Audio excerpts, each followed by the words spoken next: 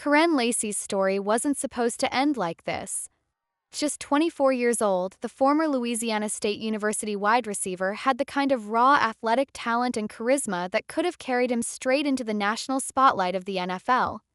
He had the kind of story that sports writers love to tell. Small-town kid from Thibodaux, Louisiana, rising through the ranks, defying odds, making noise on the college football field and inching ever closer to his dream. But instead of celebration and opportunity, his name is now attached to tragedy, legal troubles, and heartbreak. His sudden death on a quiet Sunday morning in April has left a community reeling and a promising future forever lost.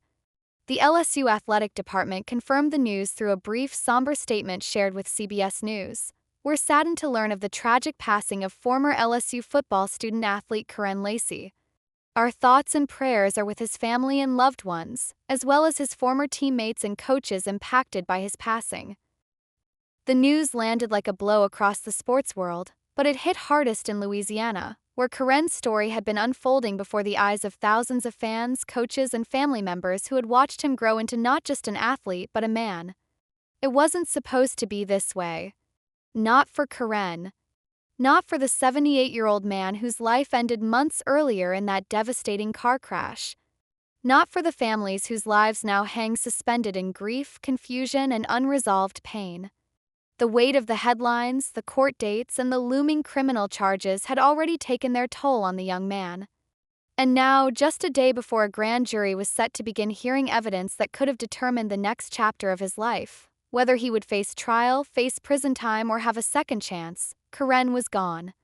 WAFB-TV, the CBS affiliate in Baton Rouge, was among the first to report that the Harris County Precinct 4 Constable's office in Texas confirmed Kyren Lacy died early that Sunday morning.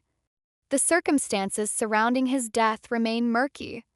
The LSU athletic department didn't specify a cause of death.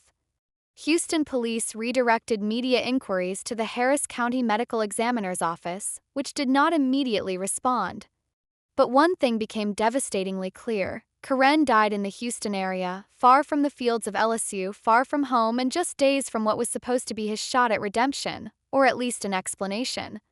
One unnamed family member reportedly confirmed to WAFB-TV that Kyren was in Texas when he died, but even that confirmation did little to dispel the fog that had suddenly enveloped this young man's final days. What was he doing in Houston? Was he hiding from the media? From the mounting legal pressure? Was he trying to clear his head, start over, or simply escape the spotlight that had turned so unkind in recent months? No one really knows, and perhaps no one ever will. All we know is that a vibrant life was cut short, a life that once held so much promise and now holds only questions. Kyren had once led LSU in touchdowns, recording 9 receiving touchdowns in a standout season. He was the kind of player who could change the direction of a game with one explosive route. Coaches noticed. Scouts took note. Fans rallied. And when he declared for the 2025 NFL Draft earlier this year, it felt like the natural next step. But the fatal car crash that occurred in December cast a long, dark shadow over everything. Changed the narrative. Changed Kyren. According to police reports, the crash took place in Lafourche Parish, Louisiana, and it was horrific. Authorities allege that Kyren was driving recklessly that night, speeding, passing in a no-passing zone.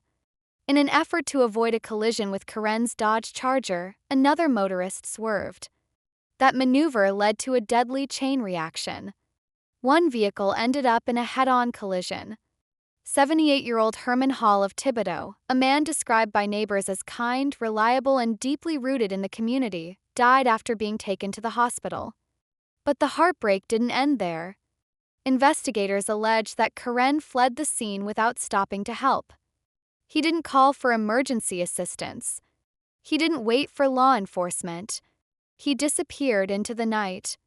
For that, he was booked on multiple serious charges: negligent homicide, felony hit-and-run, and reckless operation of a vehicle.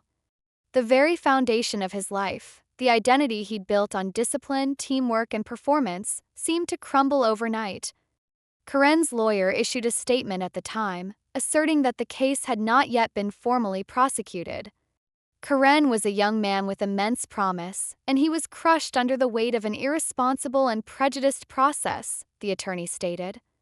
There was never a presumption of innocence, which was exemplified by the NFL pulling his draft card over mere accusations without affording him the slightest chance to defend himself. The pressure and perception likely became unbearable. It was a sharp, pointed indictment of a system that the lawyer believed had treated Kyren unfairly. But it was also a rare public glimpse into the emotional toll this case may have taken on him.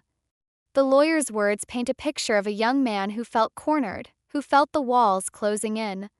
He had been cast aside by the very institutions he had hoped to join, his NFL dreams evaporating not through trial or sentencing, but through a kind of silent judgment. A judgment passed not by a jury of peers, but by public opinion, media speculation, and league risk avoidance.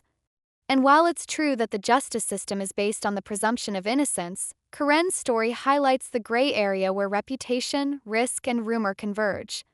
Teams backed away. His name vanished from draft projections. His future became uncertain.